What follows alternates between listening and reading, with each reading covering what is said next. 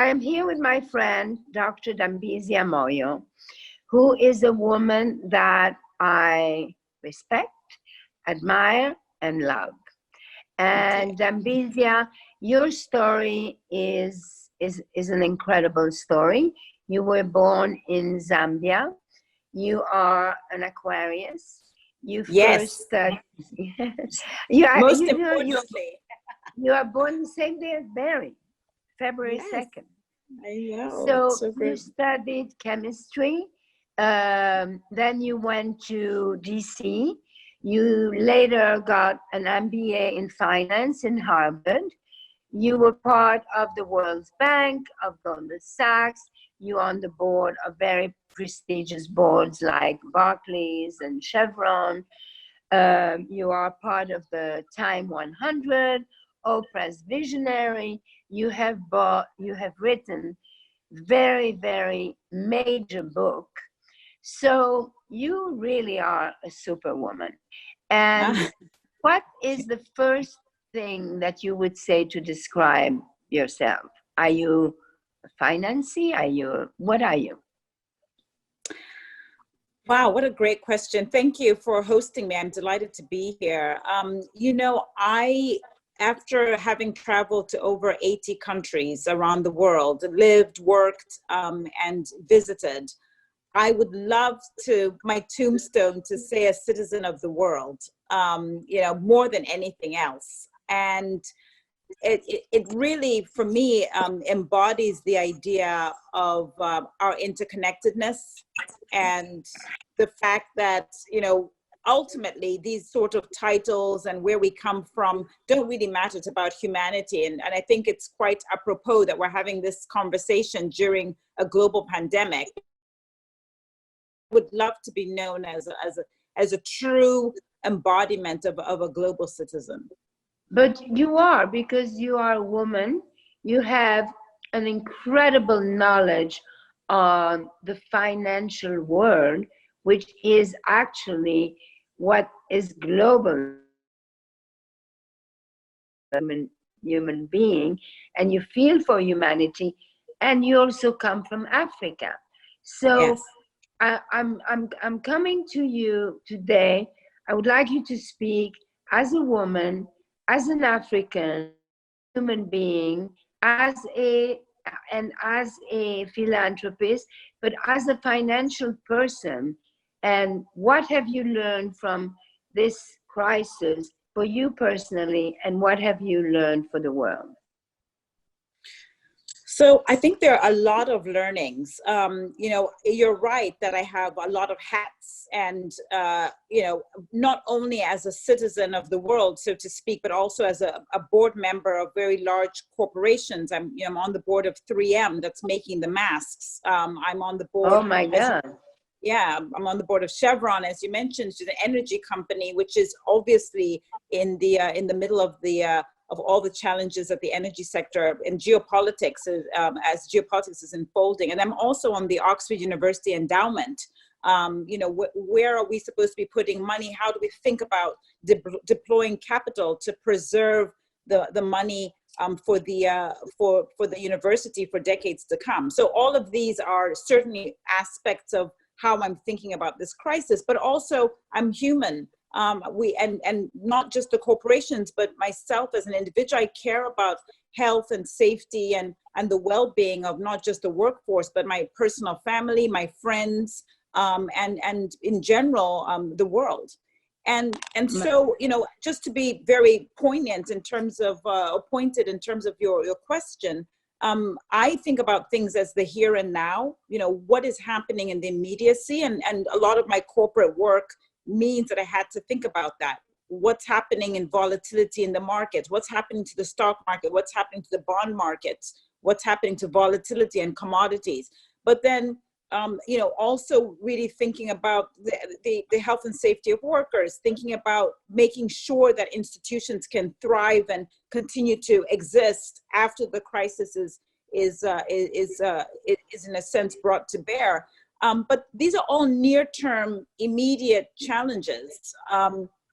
There are a lot of more deep-seated fundamental ideological questions that I believe will come out of this.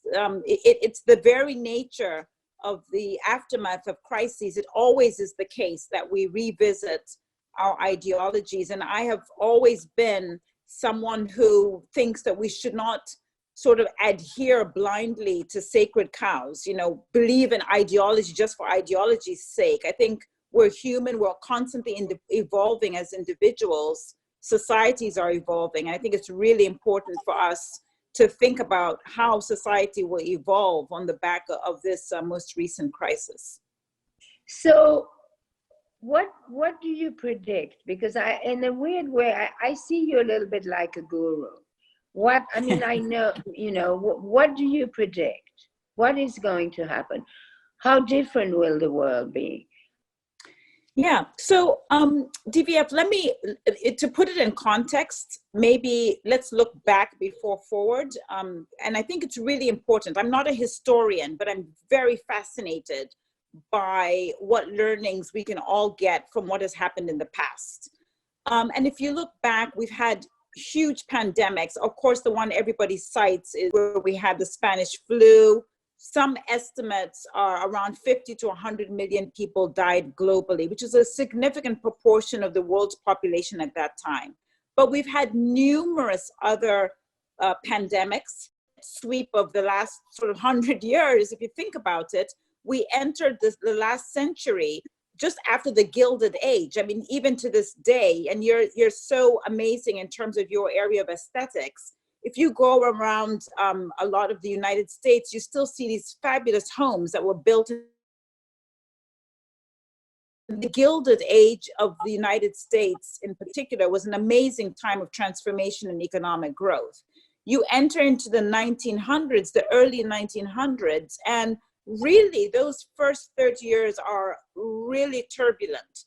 You have in World War I, you've got the financial crisis and the depression the crash and depression in 1929. That is the era of John D. Rockefeller, where he had Standard Oil, and it was the breakup of the monopolies. And we, from 1930 to 1950, really, even in the United States and in the West in general, was pretty dormant. This is the era of FDR, and by dormant, I mean there was very low economic growth, high unemployment, and you probably know this, but I mean, one of the things I find fascinating is from 1930, the stock market crash had taken the Dow Jones Industrial from 381 points down to, I think it was around 50 points.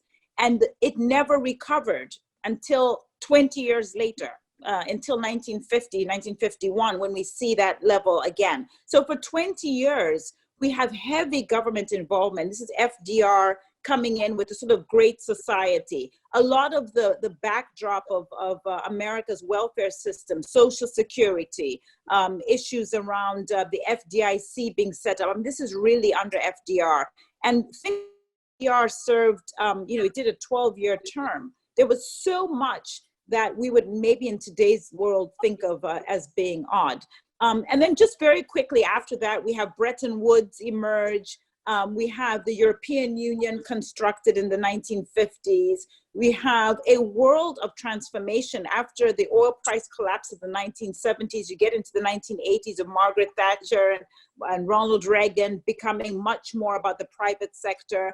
And had so much turbulence. We've had so much in terms of political integration, liberal democracy, market capitalism dominating, the rise of China, but innovation as well happening in the backdrop, everything from the Wright brothers to today, what we're seeing, everything from Steve Jobs and Apple, etc. But your question is, where are we today? And I look back at all these learnings, and I think there are about a handful of things that are absolutely true, and I think will only become more true as we look ahead. One is that government is big and getting bigger. And by that, I mean not just as providing welfare. I think we have to have imagination on what the government is going to do. And I'm saying the government, it's not one government, governments around the world. In Europe, governments are essentially paying private sector salaries. In the United States, it's not just the scale, the size of the public policy intervention that is so huge. It's also what they're doing. They're buying municipals, they're municipal bonds. They are bailing out private sector companies, and all of this is new for economists. So that's one thing. We are entering in a world of much slower, much lower growth. It's just the case. And we'll have to have a whole other conversation about whether growth is the right metric. But we are entering that era, and I think we'll have smaller private sector influence, more concentrated, so fewer big companies in every sector, whether it's banking, pharmaceuticals, energy. I mean, I think technology, it's clear that we've been moving towards more monopoly type or oligopoly structures. But I think, the third piece I would say is much more society involved in looking ahead. So I think we've tended to have a discussion between big government and private sector, but now we're going to have more humanity. Okay, but people are looking, individuals, how are you saying that? I mean, I know that someone told me that earlier this month, and I love that, is that when you create a community, you gain power. When you lose the community, you lose power. So how do we create, what does an average person do? And how do we create community? And how do we create a new set of leaders? Yes, look, that is the heart of the issue. And you know as well as I do, certainly in public policy and politics, we have no real leadership on a global basis. And the world already was becoming much more fractured, which is quite sad for me because I love this. As I said, I'm a global citizen. But, it's periods of crisis. Well, we have a global virus. We have, absolutely.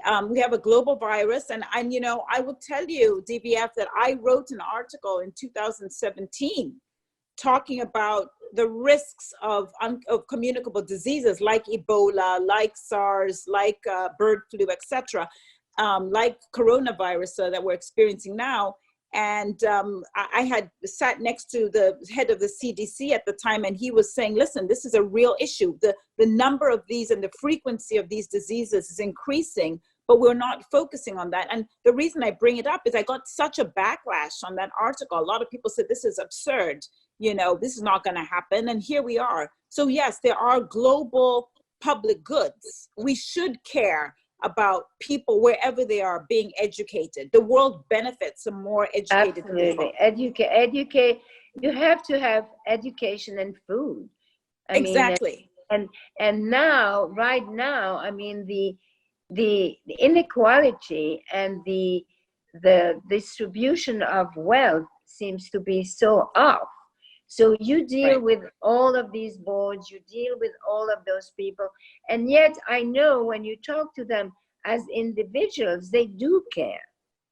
Yes. So, yes, and you're right, and I think that there are certain strictures I think will change materially. We came into this crisis very content as society to pay footballers and basketballers. I love tennis, so to play the elite tennis players and sports athletes, multiple millions, certainly hundreds of thousands a week, soccer players, and I'm not here to get into this debate, the number of conversations that I've had from people who are now teaching their kids at home, homeschooling, caring for elderly parents, who are now saying, oh my goodness, my nurse should be getting paid much more. My teacher, the people who are teaching my kids should be getting paid much more. Yes, I agree. So there is an awareness. Certainly there's an individual awareness that's happening right now. And I feel like, it's never happened before that there is a global pause, right? Everyone is pausing. So as an individual, it's a good time to reevaluate what matters and what matters least, and to take things. But as a businesses or as countries, I think it's also time to reevaluate and to reset button. So Yes. how do we engage in the reset button, and where are the leaders coming from? So I'm very optimistic because I think we were already, yes, I think we were already entrained. And by the way, my optimism doesn't mean there are no problems. I wrote my last book, which came out 18 months ago, Edge of Chaos, was talking about these massive economic and political headwinds that, essentially economists and politicians and actually general population, we know that these challenges are or have been on their way. The world's population is expanding rapidly. We're going to be 11 billion people on the planet. Issues around climate change, 11? technology.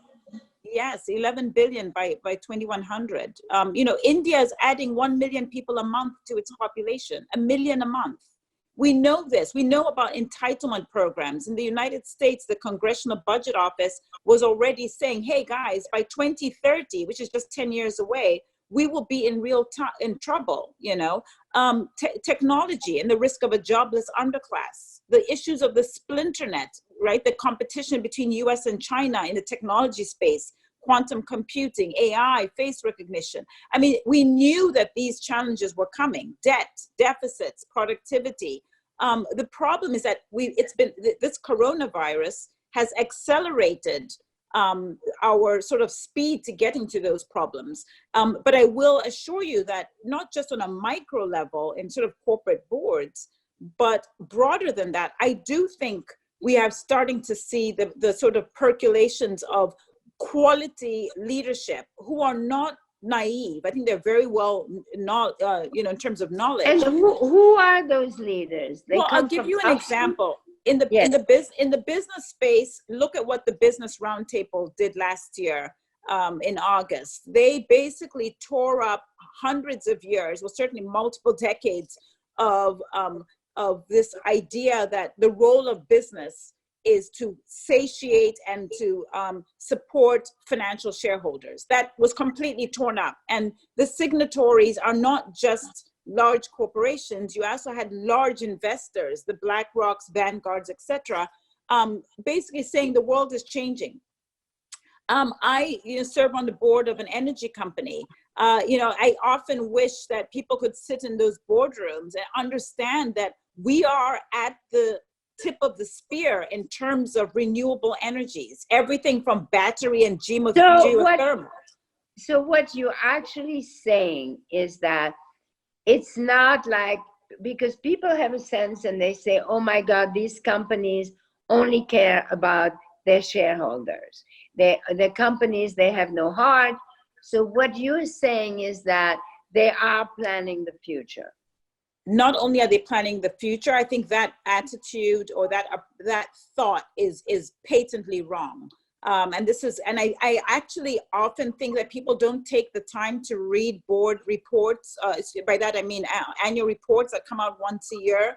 I am not here to say companies are perfect. They're not. They are also like individuals. We're constantly learning. I live by the mantra of continuous improvement. I wake up every day saying, what can I do today to improve myself? And I think businesses have that muscle too. And it's not just a competitive muscle. It's genuinely saying we are in communities, we're in society. What can we do? Well, that's more important. Now, I guess everyone who's listened can understand now why I love you so much and admire you so much. Because, you are part of a minority. I mean, you are a woman, you are African. So, but yet you are, first of all, you're so strong and people can't see really what you look like, but you have absolutely perfect body. You're like this amazing Amazon that came out of Africa, this warrior. And which is why I admire you so much. So what you are saying, what do you say about the distribution of wealth? What do you say when I read yesterday that 1/10 of 1% own 90% of the wealth? I mean, how does one react to that? How does one react? How does one deal with inequality? So, again, this is an enormous issue that I spend a lot of time on. And, just to give a little bit of context. I am in the business of trying to find new solutions, to innovate on past efforts to address these challenges. When people say we've got an income inequality problem, which we absolutely do, certainly within country income inequality, for me, I don't just look at the numbers on face value. I try to answer the question, why? Why is it now that we're facing this problem? Why did it not exist in extreme fashion before? Why has it happened so aggressively now?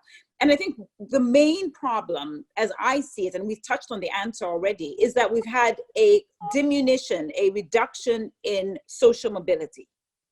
In the United States, there's statistics that say in the last 30 years, social mobility, by that I mean the probability of being born in a poor household and ending up in a wealthy or middle class or above household has gone down by 50%.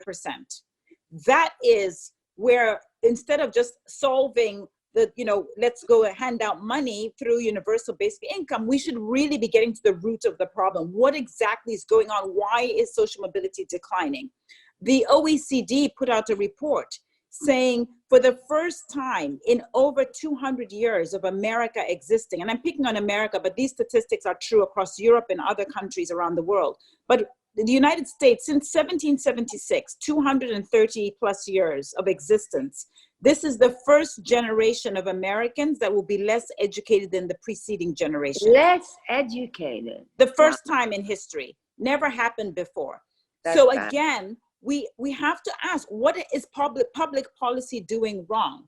Is it that we don't have, and I picked on education, but of course, when you talk about income inequality, we're talking about access and quality to healthcare, access and quality to good jobs, access and quality of access to improving one's livelihood, being able to meet people like you, read books, spend time to actually enhance and continue to learn.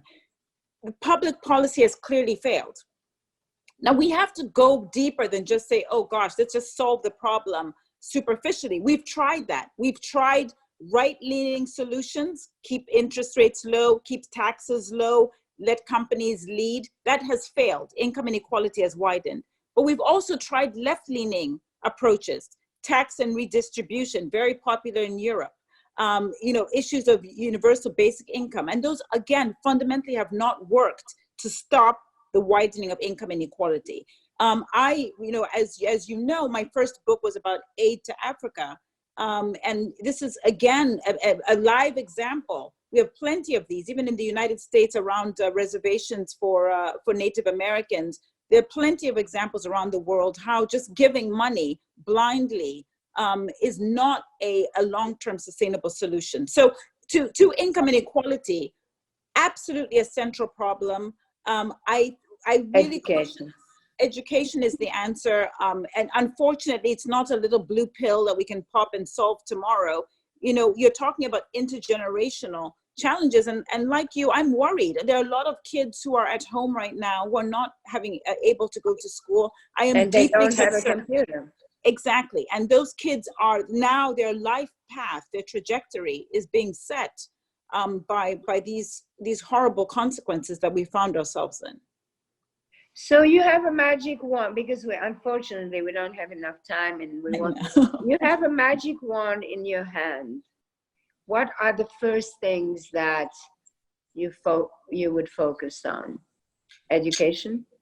So I would absolutely focus on education. And, you might say, well, that's so obvious, but there are a lot of vested interests in education. Look, we can put a man on the moon. We can solve education. We can solve poverty. We just don't really devote the time and resources to do it properly. I was very heartened yesterday to see that Eric Schmidt from former Google and Bill Gates are going to be helping Governor Cuomo in New York to figure out how to actually restart education. They're both the three of them are wonderful. Exactly. So because you have access to all of these people and they respect your intelligence and your knowledge and Thank so you. on. What do you want people to know? What are you doing? And is there anyone we can help you? Any way we can help you? So I am, you know what I think? I think that the narrative has become very noisy. There's just so much. I mentioned a whole list of headwinds coming after us. I am using this time to put down a manifesto. This is what I tell everyone I meet. I say we have government manifestos, political party manifestos, companies have their business principles. I have my in charge manifesto. There you go. I have my own personal manifesto, but I'm thinking about the world going forward. I'm saying, okay, what kind of society do we want vis-a-vis economic growth? What are we willing to do to pursue And when growth? can you share it with us? Well, I'm working on it, and I actually will be publishing a book next spring.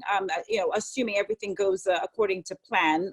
But it will definitely be before that. But essentially in terms of what I can, how people can help me. I mean, I want this to be in some respects crowdsourced. So please email me. I'm on all the platforms and social media. So just tell people how they can reach you. At Dambisa Moyo is basically on any of my platforms, or you can send me an email, which is just office@dambisamoyo.com. Go to my website, all my information. Okay, Dambisa Moyo, we should go on your website, and we should, because I think this is a time where different kind of leaders will emerge. I agree. And I think that you are one of them, which is why I want as many people as I can introduce you to. So thank you so much. Thank you so much. Thank you. Have a wonderful day. Bye. You too. Bye-bye.